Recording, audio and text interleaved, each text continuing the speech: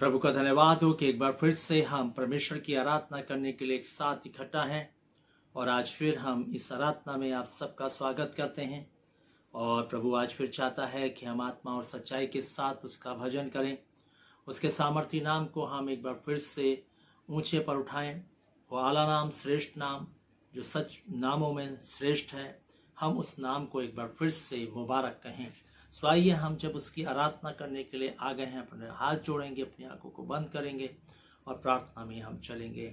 हमारे जीवित महान सर्वशक्तिमान दयालु पिता परमेश्वर, हम एक बार फिर से तुझे धन्य कहते हैं आज के इस दिन में जब हम तेरी आराधना करने के लिए इकट्ठा हैं। प्रभु आप आशीष दें प्रभु जी, आज फिर हमारे आराधना को ग्रहण करें प्रभु। आज जब हम एक मन एक चित्त होकर के प्रभु तेरे समीप आते हैं, एक साथ इकट्ठा होकर के हम प्रभु इस आराधना में जुड़ते हैं।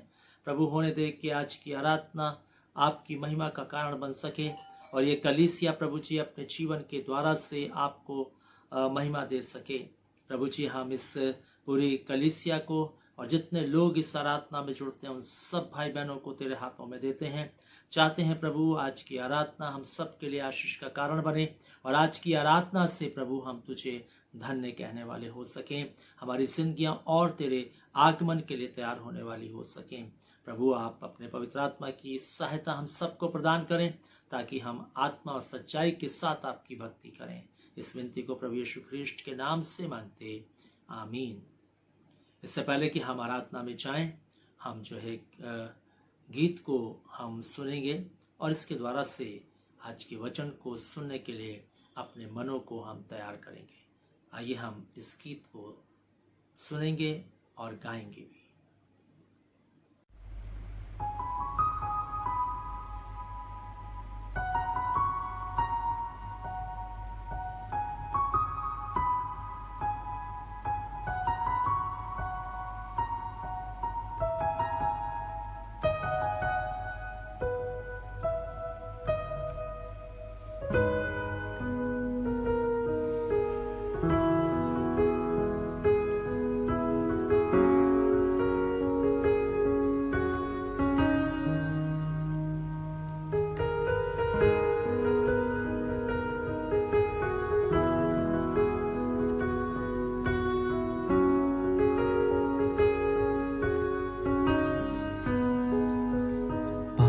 के बीच में तू कहता है थम जा, तू मेरी ताकत है, तू ही मेरा ईमान। भंवर के बीच में तू कहता है थम जा, तू मेरी ताकत है, तू ही मेरा ईमान। प्रीत कल में तू साथ मेरे था, आज भी मेरे साथ है खड़ा। आने वाले कल में भी होगा, उठते हुए तूफानों में तू ही मेरी चट्टान। बढ़ती हुई लहरों पे तेरे कदमों के निशान। उठते हुए तूफानों में तू ही मेरी चट्टान। बढ़ती हुई लहरों पे तेरे कदमों के निशान।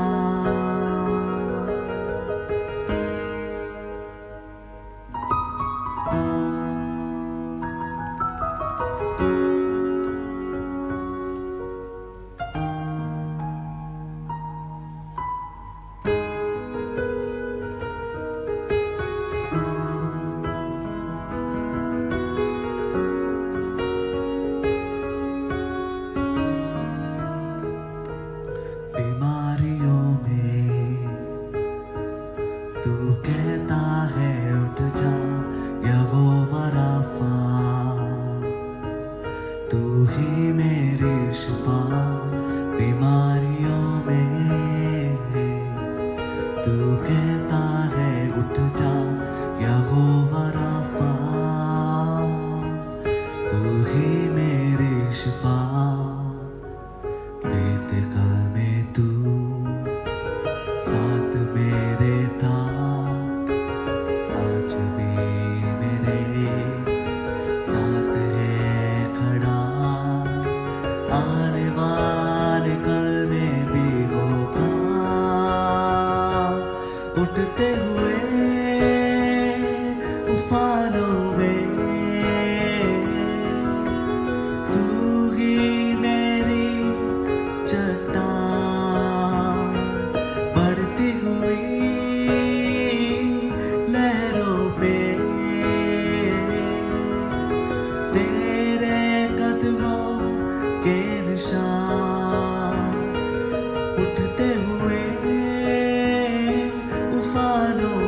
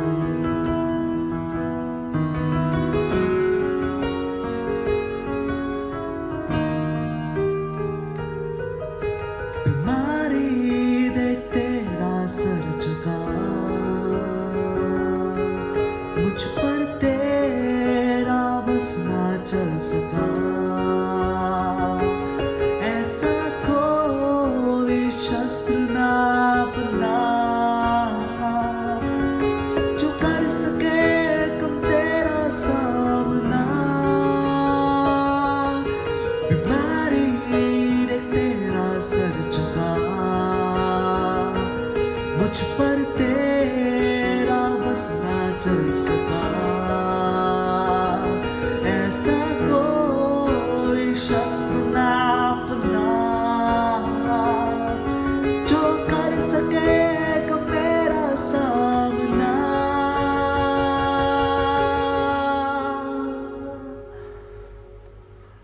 उठते हुए उफानों में ना ना, तू ही मेरी चट्टान। बढ़ती हुई लहरों पे ओ तेरे कदमों के निशान। उठते हुए उफानों में तू ही मेरी चट्टान। बढ़ती हुई ना ना लहरों पे तेरे कदमों के निशान।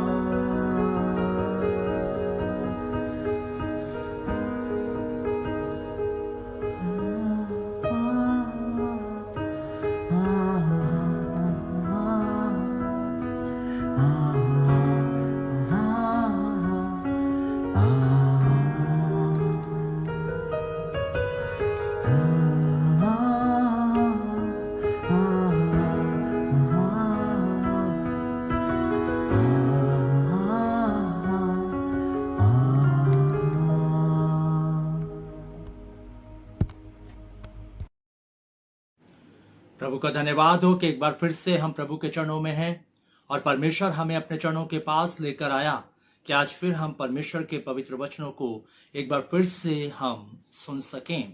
इन दिनों में प्रिय मित्रों, हम जो है परमेश्वर के वचन से प्रकाशित वाक्य की 7 कलीसियाओं के बारे में सीख रहे हैं और हमने अब तक जो है 5 कलीसियाओं के बारे में सीखा कि किस रीति से उन 5 कलीसियाओं की जो कमियां थीं, बुराइयां थीं, अच्छाइयां थीं, उन सब के बारे में हम सब ने मिल करके जाना है। और हम जानते हैं प्रिय भाइयों कि ये पत्र जो है प्रभु यीशु मसीह के द्वारा से लिखवाया गया और यूहन्ना ने इस पत्र को पतमस टापू में बैठ करके लिखा और उसने इन कलीसियाओं को ये संदेश पहुंचाया। और हम देखते हैं कि किस रीति से प्रभु यीशु मसीह जो है इनकी हर अच्छी बात को जो ये करती थी कलीसियाएं, उनको उसने सराहा है। जो कमियां थीं उनको भी उसने उजागर किया है और उनकी उसने आलोचना भी की है। और आज हम जानते हैं प्रिय भाइयों, जिस प्रकार से प्रभु इन कलीसियाओं के बारे में जानता है, वैसे ही आज वो हमारी कलीसियाओं के बारे में भी जानता है। हम जो इस पृथ्वी पर कलीसिया को चलाते हैं, हमारी कलीसियाओं के भी बारे में उसको सब कुछ मालूम है कि हमारी कलीसिया किस प्रकार से प्रभु यीशु मसीह की आराधना करती है, किस प्रकार से परमेश्वर पिता को भजती है, किस प्रकार से अपने जीवन को परमेश्वर के समीप ला करके रखती है। और ये बात जो है प्रभु यीशु मसीह जानता है, क्योंकि वो सब बातों को जानने वाला, सब दिलों को, गुर्दों को जांचने वाला परमेश्वर है। इसलिए वो हमारी कलीसिया के बारे में भी जानता है, हमारे कलीसिया के जो मेंबर हैं उनके बारे में भी जानता है, और वो हमारे बाहरी रूप और भीतरी मनुष्यत्व के बारे में भी जानता है कि हम बाहर से कितना भी दिखावा क्यों ना करें, लेकिन जो हमारा भीतरी मनुष्यत्व है वो किस प्रकार का है, इस बात को भी वो जानता है। चाहे हम लोगों के सामने कितने भी धर्मी बने रहें, लेकिन प्रभु जानता है कि हमारे भीतर परमेश्वर के प्रति कितना सम्मान है, कितना मान है। और बाइबल कहती है कि लोग भक्ति का भेष तो धरते हैं, परंतु जो है उसकी शक्ति को नहीं मानते। प्रभु का वचन बताता है ये होठों से तो आदर करते हैं, परंतु इनका मन जो है बहुत दूर रहता है। इसलिए उसने इन चर्चेस को, 7 चर्चेस को लिखते हुए इस बात को, एक बात कॉमन कही, वो है कि मैं जानता हूँ। और इसलिए प्रिय भाइयों, हम मनुष्यों की आंखों में जो है धूल झोंक सकते हैं, लेकिन परमेश्वर की आंख से हम बच नहीं सकते। यीशु मसीह ने पत्र लिखा और हर चर्च को बताया कि तुझ में जो है इस बात की कमी है।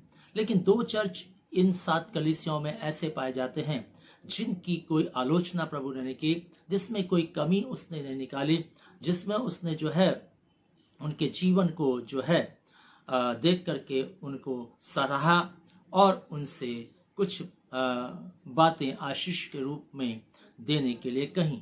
और हम देखते हैं कि ये कलीसिया स्मुरना की कलीसिया है और ये कलीसिया जो फिलदेल्फिया की कलीसिया है, दूसरी और छठी कलीसिया के बारे में प्रभु यीशु मसीह ने कोई भी आलोचनात्मक बात नहीं कही, बल्कि ये चर्च जो थे सचमुच में प्रभु की दृष्टि में अच्छे चर्च थे।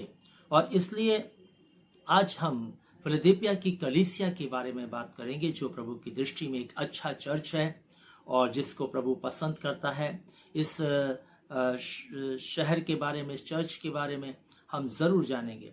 और फिलदेल्फिया जो है ये एक ऐसा शहर था और फिलदेल्फिया का ये चर्च जो है एक ऐसा चर्च था जो बहुत ही खूबसूरत था, बहुत ही सुंदर था। और यहाँ पर जो है बहुत ही धनाढ्य लोग रहते थे इस शहर के अंदर। और यहाँ पर जो है ये जो शहर था ये पहाड़ पर बसा हुआ शहर था। ये चर्च भी पहाड़ पर बना हुआ था। और मैं आपको बताना चाहता हूँ कि यहाँ पर बहुत हैरिकेन आते थे और अर्थक्वेक आते थे, लेकिन उसके बावजूद भी जो है लोग इन स्थानों पर रहना पसंद करते थे। आज भी बहुत से ऐसे देश आपको मिल जाएंगे जहाँ पर इस प्रकार का चीज़ें होती रहती हैं, लेकिन फिर भी उन स्थानों में वो रहना पसंद करते हैं। ठीक इसी रीति से फिलदेल्फिया शहर के लोग भी कुछ इसी प्रकार के थे। और मैं आपको बताना चाहता हूँ कि इस कलीसिया का जो नाम जो फिलदेल्फिया है ये उस एक राजा के प्रेम के ऊपर पड़ा।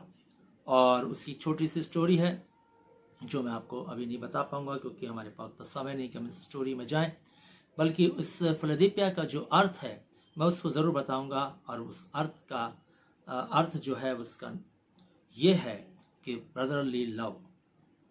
फिलदेल्फिया का मतलब है ब्रदरली लव। और मैं आपको बताना चाहता हूं कि ये कलीसिया को यीशु मसीह ने पत्र लिखा। और हम देखेंगे फिलिपियों का प्रकाशित वाक्य का पत्री और उसका जो है 3 अध्याय और उसके 7 से हम 13 पद तक पढ़ेंगे। और यहाँ पर ऐसा लिखा है, फिलदेल्फिया की कलीसिया के दूत को लिख, जो पवित्र और सत्य है और जो दाऊद की कुंजी रखता है, जिसके खोले हुए को कोई बंद नहीं कर सकता और जिसके बंद किए हुए को कोई खोल नहीं सकता। देख, वह कहता है, मैं तेरे कामों को जानता हूं। देख, मैंने तेरे सामने एक द्वार खोल कर रखा है जो कोई बंद नहीं कर सकता। तेरी सामर्थ थोड़ी सी तो है, फिर भी तूने मेरे वचन का पालन किया है और मेरे नाम का इनकार नहीं किया। देख, मैं शैतान के इन सभा वालों को तेरे वश में कर दूंगा और वे जो यहूदी बन बैठे हैं पर है नहीं वरन झूठ बोलते हैं, देख मैं ऐसा करूंगा कि वे आकर तेरे पैरों पर गिरेंगे और यह जान लेंगे कि मैंने तुझसे प्रेम रखा है। तूने मेरे धीरज के वचन को थामा है।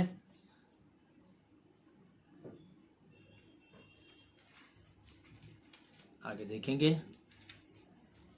इसलिए मैं तुझे परीक्षा के समय बचा रखूंगा, जो पृथ्वी पर रहने वालों के और परखने के लिए संसार पर आने वाला है। मैं शीघ्र आने वाला हूं। जो कुछ तेरे पास है उसे थामे रहे, कोई तेरा मुकुट ना छीन ले। जो जय पाए, मैं अपने परमेश्वर के मंदिर में एक खंबा बनाऊंगा और वह फिर कभी बाहर ना निकलेगा। और मैं अपने परमेश्वर का नाम और अपने परमेश्वर के नगर अर्थात नए यरूशलेम का नाम, जो मेरे परमेश्वर के पास से स्वर्ग पर से उतरने वाला है, और अपना नया नाम उस पर लिखूंगा। जिसके कान हो वो सुन ले कि आत्मा कलीसियाओं से क्या कहता है। प्रभु अपने वचन के पढ़े जाने और सुने जाने पर आशीष देवे। अब यहाँ पर हम देखते हैं प्रिय भाई बहनों कि परमेश्वर का पुत्र यीशु मसीह ये पत्र फिलदेल्फिया की कलीसिया को लिखते हुए कहता है और अपने बारे में जो है वो कुछ बातें बताता है कि कौन है इस पत्र का लिखने वाला, इस बात को बताता है। और प्रिय भाई बहनों, मैं आपका ध्यान इस बात की ओर केंद्रित करना चाहता हूं कि आज इस संसार में हजारों डिनोमिनेशन के चर्चेस हैं, खूबसूरत हैं, बड़ी बड़ी बिल्डिंगें हैं, पर परमेश्वर किस चर्च को पसंद करता है, ये बात हम इस फिलदेल्फिया की कलीसिया से सीख सकते हैं।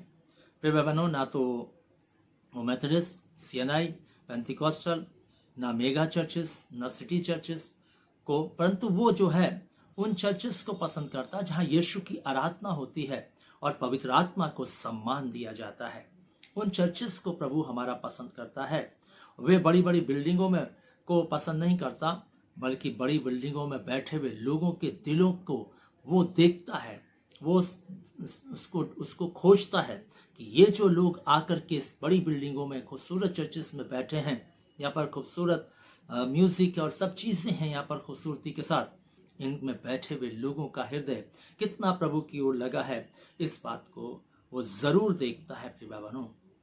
और उसने फिलदेल्फिया की कलीसिया के लोगों को देखा, फिलदेल्फिया चर्च को देखा, एक एक जो चर्च का मेंबर्स था उसको भी उसने देखा प्रिय भाई बहनों। और तब उसने जो है इस बात को कहा, फिलदेल्फिया की कलीसिया को लिखते हुए, अपना परिचय देते हुए कहा, वह जो पवित्र है। और सबसे पहली बात जो है वो इस बात को बताना चाहता है कि प्रभु यीशु मसीह जो है वो ही पवित्र परमेश्वर है, वो ही पवित्र है। उसके अलावा कोई पवित्र इस पृथ्वी पर नहीं। हम पवित्रता का अनुकरण कर सकते हैं, हम पवित्रता की ओर जा सकते हैं, लेकिन प्रभु यीशु मसीह ही पवित्र है, जिसमें लेश मात्र भी पाप नहीं था, जो पाप से अज्ञात था, इसलिए वो पवित्र है।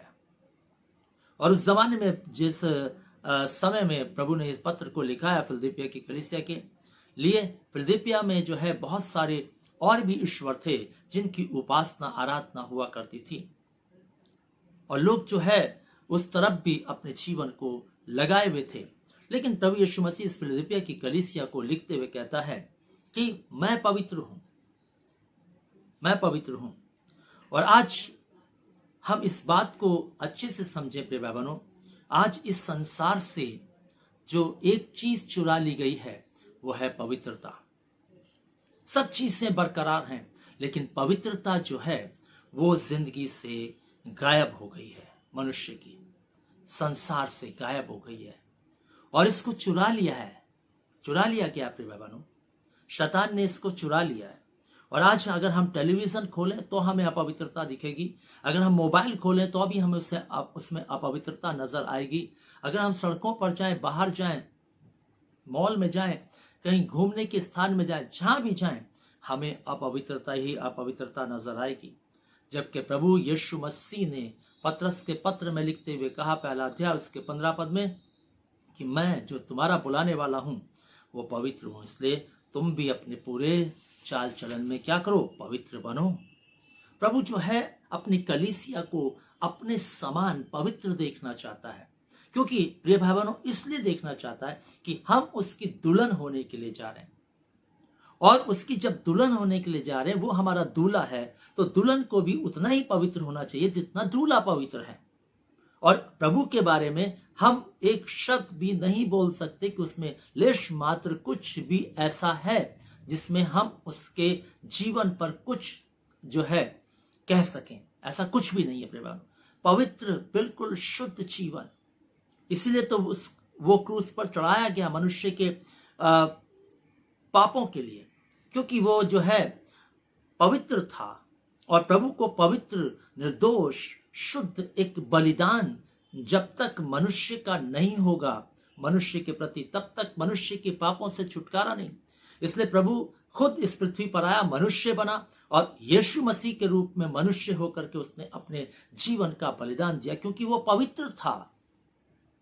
बाइबल कहती है जब वो पैदा हुआ तो वो पाप से नहीं पैदा हुआ, वो पवित्र आत्मा के द्वारा से पैदा हुआ, बाइबल बताती है। और इसलिए प्रिय भाई बहनों वो कहता है मैं पवित्र हूं, इसलिए मेरी दुल्हन भी कैसी होनी चाहिए, पवित्र होनी चाहिए। और इसलिए प्रभु की जो दुल्हन है, कलीसिया है, उसको पवित्र होना है, और इसलिए उसने यहाँ पर अपने परिचय देते हुए फिलदिपिया की कलीसिया को इस पत्र लिखते समय बताया कि इस पत्र को जो लिखवाने वाला है वो पवित्र है, इसलिए तुम्हें भी अपने सारे चाल चलन में पवित्र बने रहना है। बाइबल बताती है पौलुस जो प्रभु यीशु मसीह के पास आया था, जब रोमियो के पत्र को वो लिख रहा है 7वें अध्याय में जब हम पढ़ते हैं तो वो किस प्रकार से अपने अपवित्रता के बारे में बयान करता है। वो कहता है कि जो अच्छी बात मैं करना चाहता हूँ वो मुझसे बन नहीं पड़ती, और जिस बात की मैं इच्छा नहीं करता वो मुझसे हो जाता है। और वो कहता है कि इसका करने वाला मैं नहीं परंतु मेरे भीतर जो पाप बसा है वो मुझसे इस कार्य को कराता है। और उसने जो है इस बात पर अपने जीवन पर काम किया। और बाइबल बताती है जब हम कुरिन्थियों के पत्र में जाते हैं उसने यीशु का अनुकरण किया, उसकी पवित्रता का अनुकरण किया। और जब हम पहला कुरिन्थियों उसके जो है 11 अध्याय में जाते हैं, उसके पहले पद को पढ़ते हैं तो वहां पर हमें देखने को मिलता है उसने कहा तुम मेरी सी चाल चलो, और वो यीशु मसीह की समानता में चला गया। प्रिय भाई बहनों, पवित्रता का जीवन उसके पास आ गया, वो वैसा ही पवित्र हो गया जैसा प्रभु यीशु मसीह पवित्र था। और प्रभु यीशु मसीह की पवित्रता के बारे में पतरस ने और भी कहा है कि कैसा पवित्र जीवन जो है प्रभु यीशु मसीह का था। यदि हम पहला पतरस उसके 2 अध्याय में जाएं और उसके 22 पद से पढ़ें तो यहाँ पर इस प्रकार से लिखा हुआ है, ना तो उसने पाप किया ना उसके मुंह से कोई छल की बात निकली। और यहाँ पर साफ पतरस कहता है उसने कोई पाप नहीं किया था और ना ही उसके मुंह से कभी इस 33.5 वर्ष की आयु में जीवन को इस पृथ्वी पर संसार में जीते हुए कोई छल की बात निकली। कितना पवित्र था वो। आज हम थोड़ी थोड़ी बात में झूठ बोल देते हैं, थोड़ी थोड़ी चीजों में हम झूठ बोल देते हैं। प्रभु नहीं चाहता कि उसके लोग इस प्रकार की जिंदगी को जिए। प्रभु नहीं चाहता कि झूठ का जो है चोला पहन करके जीवन को इस पृथ्वी पर बिताया जाए। प्रभु चाहता है कि हम पवित्र हो करके अपनी जिंदगी को इस संसार में जिएं। और यहाँ पर वो साफ कहता है ना तो उसने कोई पाप किया ना उसके मुंह से छल की कोई बात निकली। वह गाली सुनकर गाली नहीं देता था और दुख उठाकर किसी को धमकी नहीं देता था। और उसने कभी गाली सुनकर कभी गाली नहीं दी।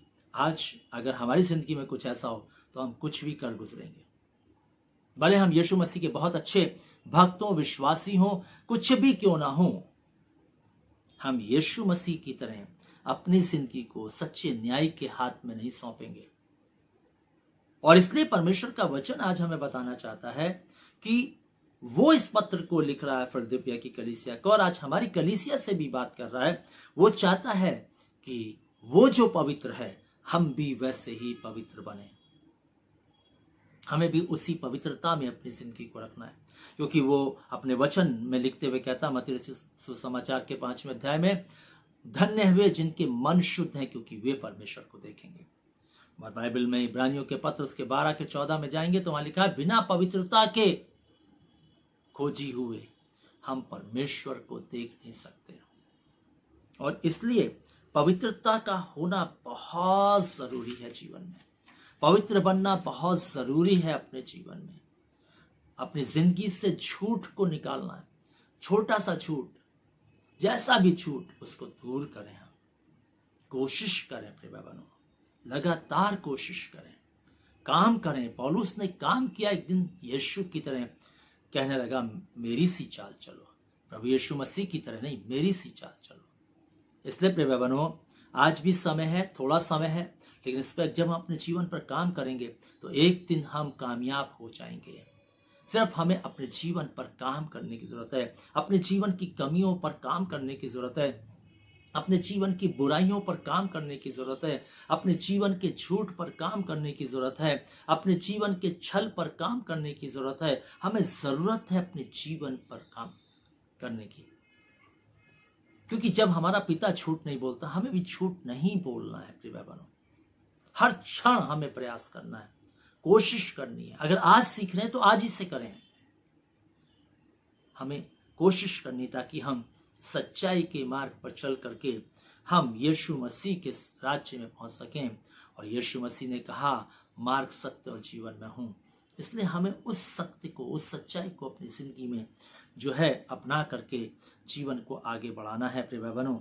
और इसलिए हम देखते हैं परमेश्वर का वचन हमें बताता है कि जब वो इस पृथ्वी पर था तो दुष्ट आत्माएं भी चिल्ला करके उसकी पवित्रता का वखान करती थी। और क्या कहता है मरकुस रचित सुसमाचार उसका पहला अध्याय और उसके 24 पद में देखें तो यहाँ पर ऐसा लिखा है, उसने चिल्ला कर कहा, दुष्ट अशुद्ध आत्मा ने चिल्ला कर कहा, हे यीशु नासरी, हमें तुझसे क्या काम?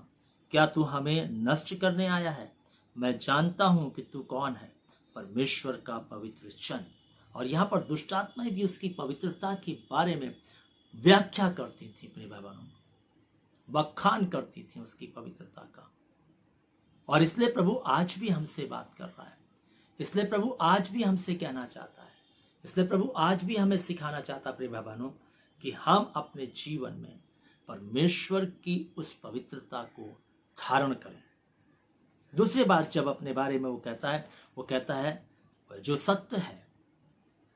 और जब इस शहर में बहुत सारे ईश्वर थे, उसमें यीशु मसीह ने इस पत्र को फिलदिल्फिया की कलीसिया को लिखते हुए कहा, जो सत्य है, सत्य का मतलब असल है, जो जेन्युइन है, वो कौन है? वो यीशु मसीह है। यीशु मसीह है जेन्युइन, जो है वो यीशु मसीह है। और इसलिए उसने कहा, अगर सत्य को जानोगे तो सत्य तुम्हें स्वतंत्र कर देगा। इसलिए प्रभु सत्य है, उसमें लेश मात्र भी छूट नहीं। वो झूठ बोलने वाला ईश्वर नहीं, अपनी बात को कहकर बदलने वाला नहीं। जो उसने कह दिया सो कह दिया, उसकी बात हाँ की हाँ, उसकी बात ना की ना में होती है, प्रिय बहनों। इसलिए अगर हम उसकी पवित्रता का अनुकरण करेंगे तो निश्चित एक दिन हम जो है पवित्र हो जाएंगे। अगर हम उसकी इस सत्यता के पीछे चलेंगे तो एक दिन हम जीवन को पा जाएंगे, क्योंकि सच्चाई में जीवन है, सत्य में जीवन है। सत्य ही हमें स्वर्ग राज्य तक पहुंचाएगा, सत्य ही जो है हमें परमेश्वर के सामने खड़े होने के योग्य बनाएगा। अगर हम सत्य में जीवन नहीं जिएंगे, सत्य के साथ अपनी जिंदगी को नहीं बिताएंगे और सत्य के साथ अपने जीवन को नहीं रखेंगे, हम परमेश्वर के सामने खड़े होने के योग्य नहीं होंगे। क्योंकि वो कहता है, मैं सत्य हूं, मैं सत्य हूं, मार्ग सत्य और जीवन मैं हूं, यीशु मसीह ने कहा। और इसलिए हमें भी सच्चाई में अपनी जिंदगी को जीना है, सच्चाई के साथ अपनी जिंदगी को जीना है, सत्य में अपनी जिंदगी को बिताना है। हम उसकी दुल्हन होने के लिए जा रहे हैं, इसलिए हमें जो अपनी जिंदगी को बिल्कुल उसकी समानता में लाना है। क्योंकि बाइबल इस बात को कहती है, यदि आमोस की किताब को पढ़ें, उसके 3 अध्याय में जाए, उसके पहले पद में पढ़ें, लिखा है, यदि 2 मनुष्य परस्पर एक मन ना हो, सहमत ना हो, तो वो दोनों जो है एक साथ नहीं चल सकते। हम भी परमेश्वर की तरह अपनी जिंदगी को सिमिलरिटी में नहीं लाएंगे, एक जैसा नहीं बनाएंगे, एक मन नहीं होंगे, एक चित्त नहीं होंगे परमेश्वर के साथ, एक विचार नहीं होंगे, एक पवित्रता में नहीं आएंगे, एक सत्य में नहीं आएंगे। हम दोनों साथ साथ नहीं चल सकेंगे। हम कैसे परमेश्वर के राज्य में परमेश्वर के साथ उसकी दुल्हन की मानिंद रहने पाएंगे? कदापि नहीं, कदापि नहीं। इसलिए अभी भी हमको होश में आने की जरूरत है, अभी भी हमें जागने की जरूरत है, अभी भी जागृत होने की जरूरत है। अभी भी अभी हमने देखा था प्रिय बहनों, जो है 5वीं कलीसिया में वो बार बार कहता है, प्रभु जो है, जाग जाओ, जाग जाओ, जाग जाओ। सरदीस की कलीसिया को कहता है, जागृत हो, जागो, अभी भी समय है जागने का। और मैं आपको बताना चाहता हूं, ये 7 कलीसियाओं की तस्वीर हमारी कलीसियाओं के अंदर जरूर दिखाई देती है। किसी ना किसी कलीसिया की सूरत हमारी कलीसिया में होगी, किसी ना किसी कलीसिया की घटी कमी हमारी कलीसिया में होगी। और इसलिए प्रभु सब बातों को जानने वाला परमेश्वर है, इसलिए वो ये कहता है, वह जो सत्य है वो इस पत्र को लिखवाता है, वो तुम्हें एक संदेश भेजता है। और इसलिए प्रिय बहनों, आज हमें अपनी जिंदगी को जांचना और परखना है। क्या हम इतने साल से जो यीशु मसीह में अपनी जिंदगी को जी रहे हैं, तो क्या यीशु मसीह के नाम का हल्ला करते हुए जी रहे हैं बस, या एक जातिवाद के रूप में हम अपनी जिंदगी को जी रहे हैं कि हम क्रिश्चियन हैं? क्या हम जो है सामाजिक तौर पर जो है ईसाई समाज है इसलिए मसीह समाज है इस प्रकार की जिंदगी को ढोल पीटते हुए जी रहे हैं? नहीं प्रिय भाई बहनों, हमें यीशु की समानता में अपनी जिंदगी को जीना है। बाइबल कहती है उसने हमें इसीलिए बुलाया और इसीलिए वो हमें दुख उठाकर आदर्श दे गया कि हम उसके पद चिन्हों का अनुकरण करें। हम भूल जाते हैं यीशु मसीह के पास आने के बाद, हम उसकी बरकतों को पाने के बाद, उसकी आशीषों को पाने के बाद, चंगाई पाने के बाद, घर की समस्याओं का समाधान पाने के बाद, संसार की चीजों को पाने के बाद, खुशहाली पाने के बाद, छुटकारा पाने के बाद हम भूल जाते हैं कि हमें प्रभु ने किस लिए बुलाया। हमें प्रभु ने केवल आशीष देने के लिए नहीं बुलाया, हमें एक अच्छे मकान में रहने के लिए नहीं बुलाया, प्रभु ने हमें एक अच्छे घर में बनाने के लिए नहीं बुलाया, उसका अच्छा प्रबंध करने के लिए नहीं बुलाया कि उसमें अच्छे सोफे और डाइनिंग टेबल और क्या चीजें हो, इसलिए नहीं बुलाया। ये चीजें हाँ आवश्यक हो सकती हैं एक हद तक, लेकिन इसके लिए उसने बुलाया नहीं है आपको। उसने हमें इसलिए बुलाया कि हम उसके पद चिन्हों का अनुकरण करें, हम उसके पद चिन्हों का अनुकरण करें। और आज हम उसके पद चिन्हों का अनुकरण कर रहे हैं या नहीं, या हम संसार के मनुष्यों का अनुकरण करते हुए अपनी जिंदगी को इस पृथ्वी पर जी रहे हैं। हम किसी पासवान का अनुकरण करते हुए जिंदगी को जी रहे हैं। हमें यीशु का अनुकरण करने के लिए कहा गया है, ना किसी मनुष्य के लिए, ना किसी भक्त के अनुकरण करने के लिए, ना किसी सेवक का अनुकरण करने के लिए। हमें अनुकरण करने के लिए जो कहा गया वो केवल जीसस के लिए, यीशु के लिए। और इसलिए हमें इस बात को समझना होगा प्रिय भाई बहनों, इस बात को जांचना होगा प्रिय भाई बहनों, क्या मैं इतने साल से यीशु में जीने के बाद क्या मैं सचमुच में मैं पवित्रता की ओर बढ़ रहा हूं, मैं सत्यता में जीवन जी रहा हूं, नहीं जी रहा हूं? इस बात को हमें देखना होगा। इसलिए वो अपने बारे में कहता है वह जो सत्य है।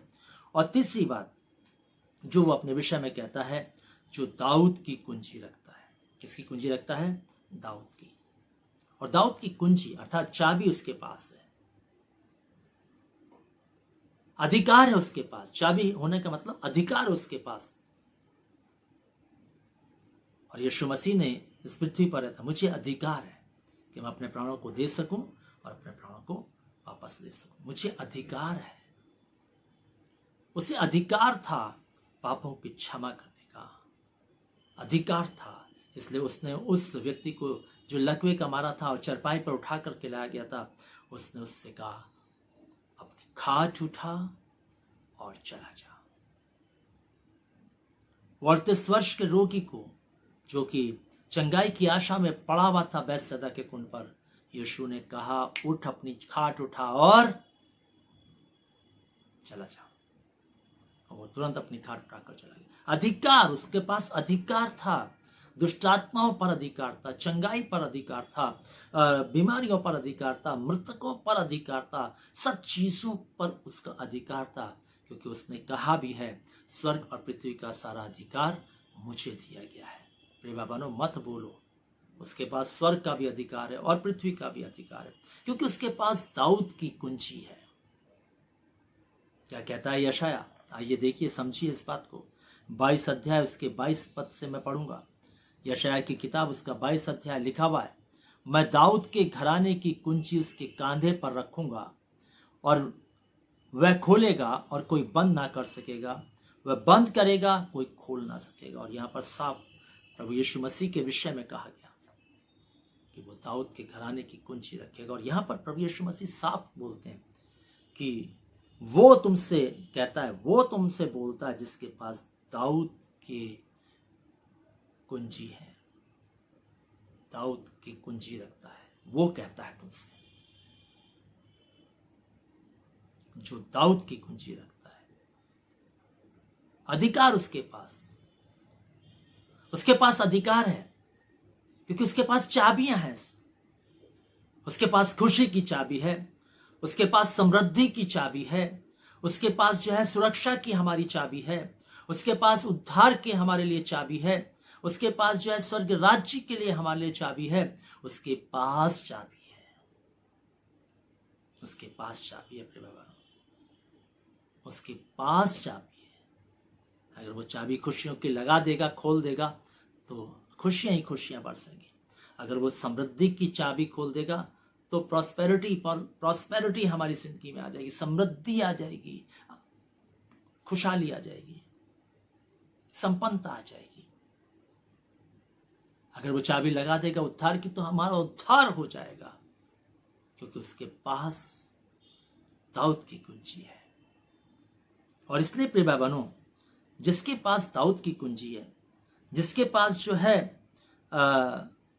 पवित्रता है, जो सत्य है खुद अपने आप में, जो पवित्र है अपने आप में, वो ये कहता है कि मेरे खोले हुए को कोई बंद नहीं कर सकता और मेरे बंद किए हुए को कोई खोल नहीं सकता। वो इस बात को कह रहा है, मेरे खोले हुए को कोई बंद नहीं कर सकता। अगर मैंने खोल दिए हैं आशीषें, तो कोई बंद नहीं कर सकता। वो आशीषें हमें मिलती रहेंगी, मिलती रहेंगी, मिलती रहेंगी। उद्धार हो गया है तो उद्धार बना रहेगा। खोल दिया अगर उसने, तो वो कहता अगर मैं बंद कर दूंगा तो कोई ताकत नहीं है कि उसको खोल दे, कोई नहीं खोल सकता, क्योंकि दाऊद के घराने की जो कुंजी है वो यीशु के पास है। अगर वो बीमारी को हमारी जिंदगी से बंद कर देगा तो फिर बीमारी हमारी जिंदगी में असर नहीं आएगी। अगर वो समस्याओं का लॉक कर देगा तो फिर हमारी जिंदगी में समस्याएं दिखाई नहीं देंगी। इसलिए प्रिय भाई बहनों, वो हमारा ऐसा अद्भुत परमेश्वर है जिसके पास दाऊद के घराने की कुंजी है, और जिसके खोले हुए को कोई बंद नहीं कर सकता और बंद किए हुए को कोई खोल नहीं सकता। याद रखिए प्रिय भाई बहनों, अगर उसने हमारे लिए स्वर्ग का दरवाजा बंद कर दिया ना, तो फिर खोले नहीं खुलवा पाएंगे। हम सर के बल क्यों ना खड़े हो जाएं, तो अभी हम उस दरवाजे को नहीं खुलवा पा सकते। और अगर उसने हमारे लिए स्वर्ग का दरवाजा खोल दिया तो फिर कोई बंद नहीं कर सकता उस स्वर्ग के दरवाजे को, चाहे शैतान भी सामने आकर खड़ा क्यों ना हो जाए। याद रखिए प्रिय भाई बहनों, क्योंकि यीशु के पास ये अधिकार है। और इसलिए प्रभु आज हमसे बात कर रहा है। प्रभु आज फिर हमसे कह रहा है, इस फिलदिपिया की कलीसिया के माध्यम से, इस कलीसिया के बारे में बताते हुए वो हमें सिखाना चाहता है, हमारी कलीसिया को सिखाना चाहता है। कलीसिया के एक एक मेंबर को जो खुद दुल्हन के रूप में तैयार हो रहा, उसको सिखाना चाहता है। एक एक घराने को जो उसकी दुल्हन होने जा रही है, उन सबको सिखाना चाहता है। जवानों को सिखाना चाहता है, बूढ़ों को सिखाना चाहता है, बहनों को सिखाना चाहता है, बच्चों को सिखाना चाहता है। उसके पास सफलता की चाबी है। बेरोजगारों को सिखाना चाहता है, उसके पास सफलता की चाबी है। अगर वो चाहेगा तो आपके लिए नौकरी होगी, नहीं चाहेगा तो नहीं होगी। इसलिए प्रिय बहनों, हमें खुदा की मर्जी में अपनी जिंदगी को जीना है, हमें खुदा की मर्जी में अपनी जिंदगी को रखना है। वो चाहेगा तो हम अच्छे नंबरों से पास हो जाएंगे, वो नहीं चाहेगा तो हम अच्छे नंबरों से पास नहीं हो सकते। चाहे हम जितना भी सब कुछ क्यों ना कर लें, कितना भी अधिक हम पढ़ लें, कितना भी अधिक हम याद कर लें, अगर वो नहीं चाहेगा तो कुछ नहीं होगा, क्योंकि चाबी तो उसी के पास है। इसलिए हमें खुदा की मर्जी में जिंदगी को जीना है और बस दुआ करनी है, कुछ नहीं करना। खुदा से मांगना, अगर खुदा तू खोल देगा अगर ये नौकरी, तो ये नौकरी मुझे मिल जाएगी। तू खोल देगा ये सफलता की आशीषें, तो ये मुझे सफलता मिल जाएगी। मैं जो है पार निकल जाऊंगा, मैं जो है ऊंचाइयों पर चला जाऊंगा। तू अगर खोल देगा, हमें ये दुआएं करनी है बस उससे, क्योंकि सारा अधिकार उसके पास है, चाबी उसके पास है, उद्धार की चाबी उसके पास है, पापों की क्षमा की चाबी उसके पास है, उसके पास सब कुछ है। और इसलिए हमें उसकी शरण में अपनी जिंदगी को जीने की आवश्यकता है। प्रिय भाई बहनों, प्रभु आज हमसे बात कर रहा है प्रिय भाई बहनों, और वो साफ कहता है कि वो तुमसे कहता है, जिसके खोले हुए को कोई बंद नहीं कर सकता और बंद किए हुए को कोई खोल नहीं सकता। यीशु के अलावा कोई नहीं जिसके पास ये अधिकार हो, क्योंकि उसने कहा है स्वर्ग और पृथ्वी का सारा अधिकार मेरे पास है। उसने ये भी कहा कि आकाश के नीचे पृथ्वी के ऊपर कोई दूसरा नाम नहीं जो हमें उद्धार दिला सके। एक ही नाम, एक ही नाम, यीशु का नाम, जिससे हम उद्धार पा सकते हैं, जिससे हम उद्धार ही नहीं बल्कि सब कुछ प्राप्त कर सकते हैं। अगर हम बांझ हैं, हम बच्चे प्राप्त कर सकते हैं। अगर हम जो है किसी गुनाह में फंसे हैं, हम उससे छुटकारे को प्राप्त कर सकते हैं। वो खुदा के पास सब प्रकार की चाबी है। इसलिए आइए प्रिय भाई बहनों, हम अपनी जिंदगी को उस खुदावंद की अधीनता में लेकर आए। और आगे क्या कहता है? वो कहता है इस कलीसिया के बारे में, फिलदिलफिया की कलीसिया के बारे में, कि मैं तेरे कामों को जानता हूं। अब कलीसिया की तरफ मुखातिब होता है। पहले वो अपने बारे में बताता, अपना परिचय देता, मैं कौन हूं जो इस पत्र को लिखवाने वाला हूं। अब वो कलीसिया के बारे में बात कर रहा है, फिलदिलफिया की कलीसिया के बारे में, कि मैं तेरे कामों को जानता हूं। और प्रभु सबके कामों को जानता है, फिलदिलफिया की कलीसिया के कामों को नहीं, मेरे और आपके कामों को भी जानता है। हर एक पृथ्वी की कलीसिया के कामों को जानता है। हर एक कलीसिया के अगुवों के कामों को जानता है, उनकी सेवा भावना को, सबको जानता है, सब कुछ जानता है। हम प्रभु की सेवा कर रहे हैं या हम नौकरी कर रहे हैं, सब जानता है। हम अगर प्रभु की खिदमत कर रहे हैं तो किस लालच से कर रहे हैं, उसके पीछे क्या है, सब कुछ जानता है। क्या हम केवल अपने जीविका का उपार्जन करने के लिए कर रहे हैं, अपने जीवन को शान शौकत से जीने के लिए कर रहे हैं, या हम सचमुच में आत्माओं को बचाने के लिए एक बोझ लेकर के हम उसकी खिदमत को कर रहे हैं? प्रभु सब जानता है। इसलिए उसने फिलदिलफिया की कलीसिया को कहा, मैं तेरे कामों को जानता हूं। देख, मैं तेरे सामने एक द्वार खोल रखा है जिसे कोई बंद नहीं कर सकता, कोई बंद नहीं कर सकता। इसलिए मैंने तेरे लिए एक दरवाजा खोल के रखा। क्यों? क्योंकि तूने मेरे लिए काम किए, तूने मेरे लिए जीवन को जिया, तूने मेरे लिए अपनी जिंदगी को समर्पित किया, तूने मेरी आज्ञाओं का पालन किया, तूने मेरे विधियों का पालन किया, मेरे नियमों का पालन किया, तूने पवित्रता के साथ जिंदगी को जिया, तूने सत्य में जिंदगी को जिया।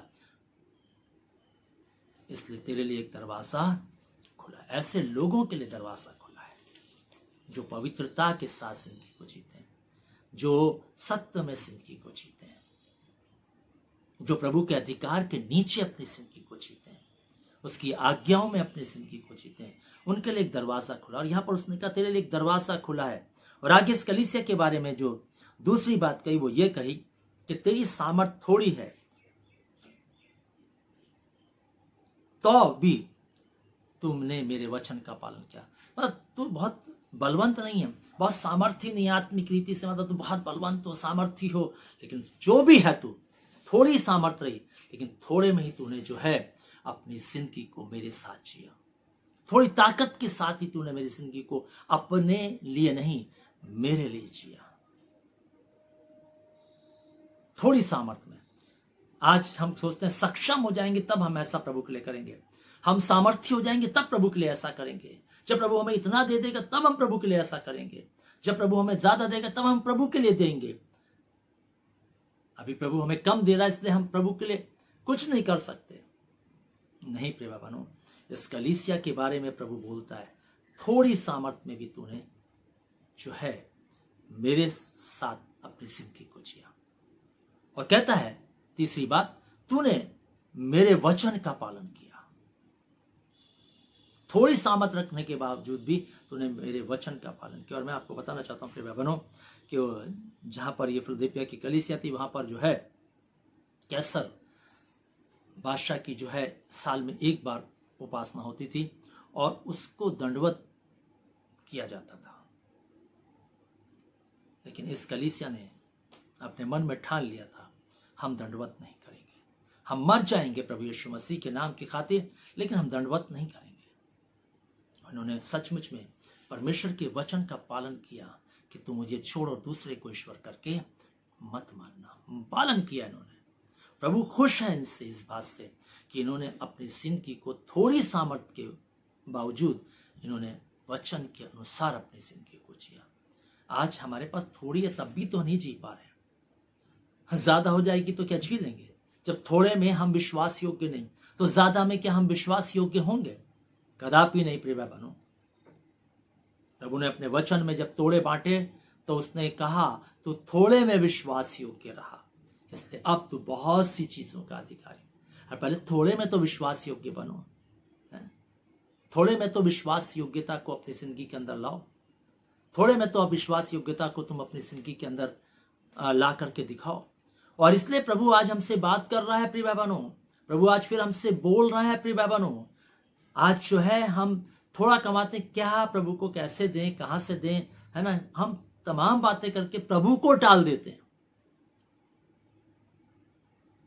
चर्च जाने की बात आती है, हम प्रभु के भवन में जाने के लिए किराया लगाने पर टाल देते हैं अपने आप प्रभु के भवन में ले जाने। लेकिन अगर हमें शादी में जाना हो, कहीं और जाना हो, हम टाल नहीं सकते। हम उसके लिए 100 के 200 खर्च करने पड़े, हम करेंगे।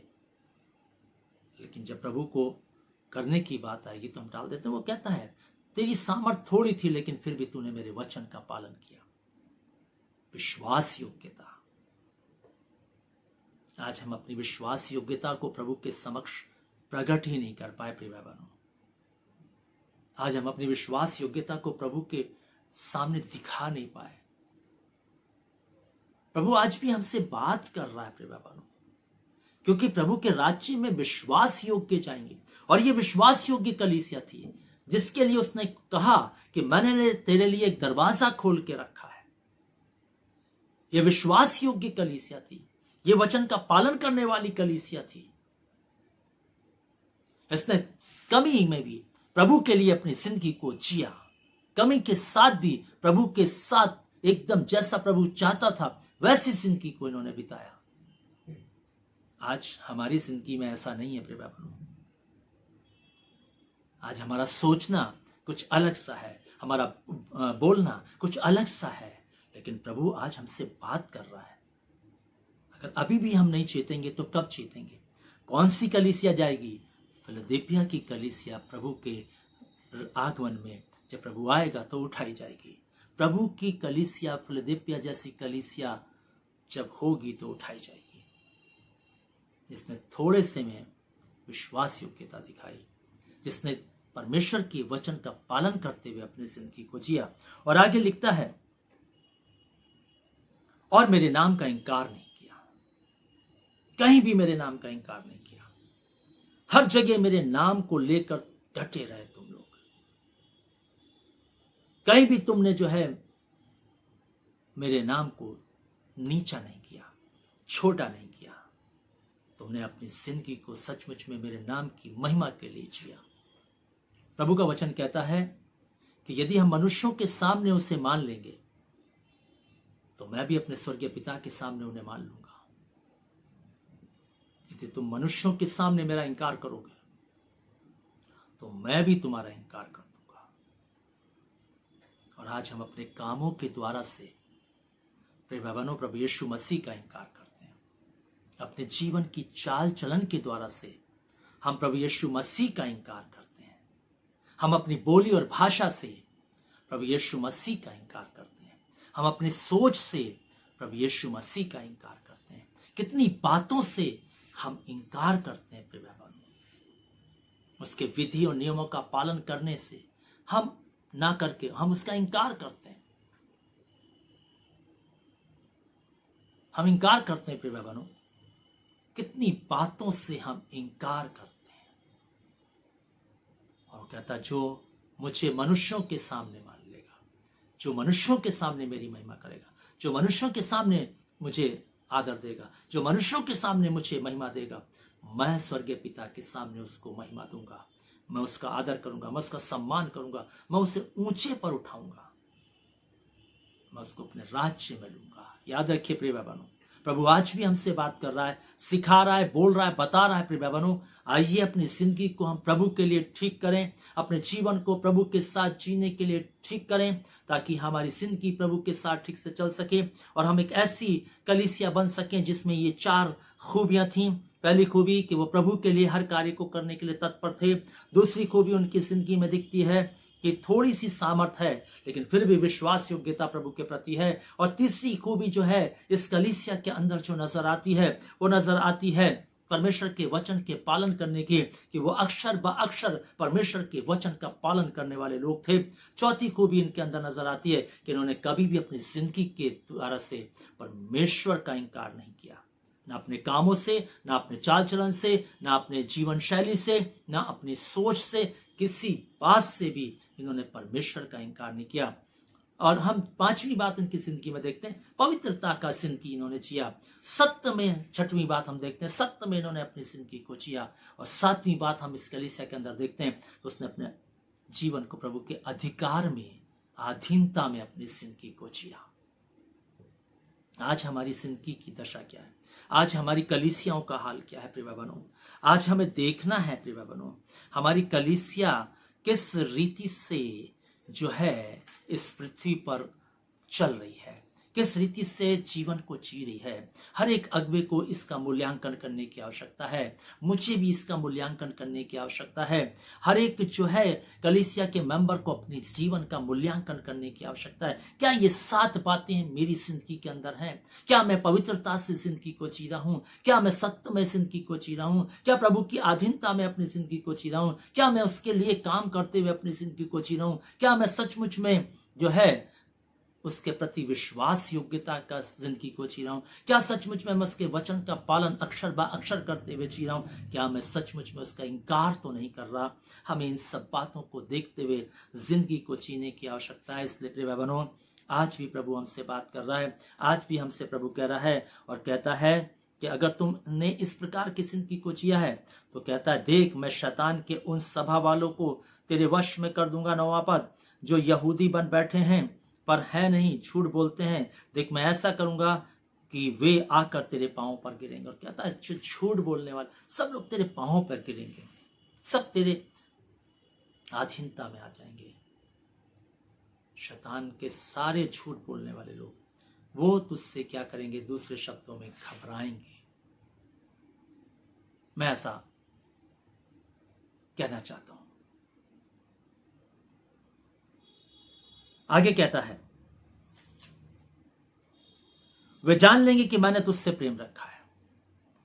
क्योंकि प्रभु ऐसे लोगों से प्रेम करता है जो इन 7 बातों में अपनी जिंदगी को जीते हैं, इन 7 तरीकों से अपनी जिंदगी को जीते हैं।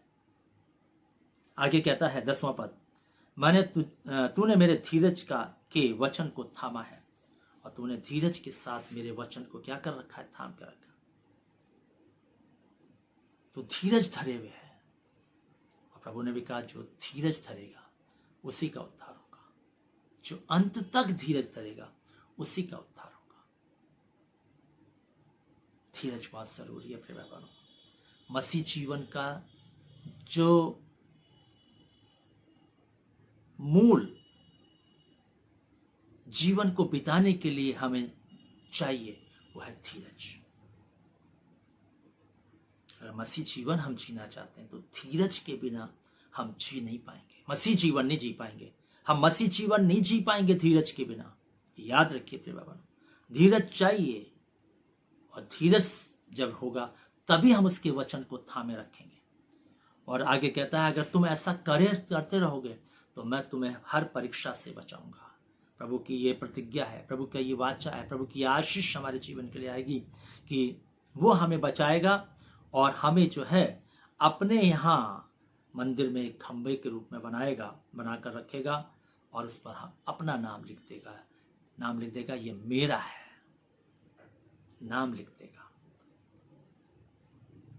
क्या ही स्वामी बात है, क्या ही मनभावनी बात है, क्या ही अच्छी बात है कि वो अपना नाम हमारे ऊपर लिख देगा कि हम उसके हैं। जब गिफ्ट दिए जाते हैं तो सबके नाम लिख दिए जाते हैं, सो एंड सो का। प्रभु इनाम में जो है हमारी जिंदगी को अपने नाम लिख देगा हमारी जिंदगी पर कि हम उसके हैं। और एक और बात इन 7 कलीसियाओं में कॉमन कही गई है और वो है जो जय पाए। जय पाए बिना परमेश्वर के सिंहासन पर बैठना, उसके राज्य में पहुंचना मुश्किल है। और जय इन्हीं बातों पर पानी है जो हमने आज 7 बातें देखी है। अपवित्रता पर जय पानी है, असत्यता पर जय पानी है। हमें जो है जो प्रभु की अधीनता को छोड़कर हम दूसरे की अधीनता में जिंदगी को जी रहे हैं, उस अधीनता से जय पानी है हमें। और कहता है अगर तुम ऐसा करते रहोगे तो कोई तुम्हारे मुकुट को छीनने नहीं पाएगा, है ना? कोई तुम्हारे मुकुट को छीनने नहीं पाएगा, क्योंकि प्रभु आने वाला है। बस इसलिए कहता है, मैं शीघ्र आने वाला हूं। 11वां पद, जो कुछ तेरे पास है थामे रहे, कोई तेरा मुकुट छीन ना ले। अगर तू थामे नहीं रहा सब बातों को तो मुकुट छीन जाएगा। इसलिए प्रिय बहनों, जो मुकुट उसने हमें पहना दिया है उसको सर पर बना कर रखे। एक ऐसी जिंदगी को जिए जिससे मुकुट छीन ना जाए। आपको मालूम है, आदम हव्वा ने जब शैतान की बात को माना, वो सारा अधिकार किसके पास चला गया? जो पृथ्वी का सारा अधिकार मनुष्य को दिया गया था, शैतान के पास। इसलिए तो शैतान कहता है, सारा अधिकार मेरा पास है, इसलिए तू जो है अगर झुककर मुझे प्रणाम करे तो मैं सब तुझे दे दूंगा। यीशु मसीह से शैतान ने कहा। इसलिए प्रिय भाई बहनों, अभी भी समय है, अभी भी समय है कि कोई हमारे मुकुट को छीन ना ले। अपनी जिंदगी को में खुदा के साथ, वफादारी के साथ, विश्वास योग्यता के साथ, इनकार ना करते हुए और जो है प्रभु की अधीनता में प्रभु के लिए काम करते हुए हमें अपनी जिंदगी को पवित्रता के साथ और जो है सत्यता के साथ जीना है, ताकि हम जब प्रभु आए तो उसके राज्य में जाने वाले हो सके। बहुत शीघ्र प्रभु का आगमन है, इसलिए अपनी जिंदगी को तैयार कर लीजिए। प्रिय बहनों, कभी भी होगा भूकंप, भूडोल, सारी चीजें, जो भी भविष्यवाणी, महामारियां, जो भी प्रभु ने कही थी अपने आगमन के बारे में, सब कुछ देखने को मिल रहा है। प्रिय बहनों, नूह और लूत के दिन भी बिल्कुल देखने को हमें मिलने लगे हैं। प्रिय बहनों, सब कुछ वैसा ही हो रहा है जो प्रभु यीशु मसीह ने कहा था, उसके अनुसार ही सब कुछ है और सब कुछ वैसा ही होगा, बिल्कुल जैसा उसने कहा है। उसकी बात जो है हाँ की हाँ है और ना की ना है। उसने कह दिया तो फिर होना ही है और हो रहा है और आगे और भी अधिक होगा। इसलिए अगर बादलों पर जाना है तो जिंदगी को फिलदिप्पिया की कलीसिया की तरह हमें बनाना है। प्रभु हम सबको आशीष देवे। आज हम ये रुकेंगे, दुआ में चलेंगे। हमारे जीवित महान सर्वशक्तिमान दयालु पिता परमेश्वर, हम धन्यवाद देते हैं कि तूने हमसे बातचीत की और अपने वचन के द्वारा से प्रभु तूने हमें सिखाया और तूने हमें फिर से बताया कि हमारी जिंदगी को किस प्रकार से तू पसंद करेगा। और आज हमने सीखा फिलदिप्पिया की कलीसिया के द्वारा से कि कैसे तूने फिलदिप्पिया की कलीसिया को पसंद किया और कैसे तूने उसके लिए एक दरवाजे को खोल के रखा। प्रभु हम चाहते हैं हमारी जिंदगी भी तुझे पसंद आए और हमारे लिए वो दरवाजा हमेशा खुला रहे, जिससे प्रभु हम तेरे राज्य में जा सकें। प्रभु आप हमारी सहायता करें। आज जो वचन सुना गया है हम सबकी मदद करें और इन्हीं सातों बातों को लेकर के जिंदगी को जीने के लिए आप आशीष दें और धीरज हमें दें, ताकि हम सब बातों को थामे रह सकें। प्रभु आप सहायता करें एक एक कलीसिया के परिवार की, एक एक जन की जिन्होंने इस वचन को सुना है, जो सुनेंगे सबकी मदद करें, सबको आशीष दें और होने दे पिता ये वचन लोगों की जिंदगी के लिए बहुत ही आशीष का कारण हो। प्रभु एक बार फिर से हम सब कुछ तेरे हाथों में देते हुए इस विनती को प्रभु यीशु ख्रिस्ट के नाम से मांगते, आमीन। अब हमारे परमेश्वर पिता का प्रेम, प्रभु यीशु मसीह का अनुग्रह और पवित्र आत्मा की सहभागिता हम सब विश्वास करने वालों के साथ, जहाँ के समस्त विश्वासियों के साथ, इस झुंड के साथ, इस कलीसिया के साथ, जब तक यीशु मसीह दोबारा नहीं आते, ये आशीष युगानुयुग एक सी बनी रहें, आमीन। सबको जय मसीह की। अगर आपको ये वचन सचमुच में आशीष में लगा है तो आप जरूर लोगों को शेयर करें, ताकि लोगों की जिंदगियां बच सकें और परमेश्वर की अधीनता में लाई जा सकें। प्रभु आप सबको बहुत आशीष दें।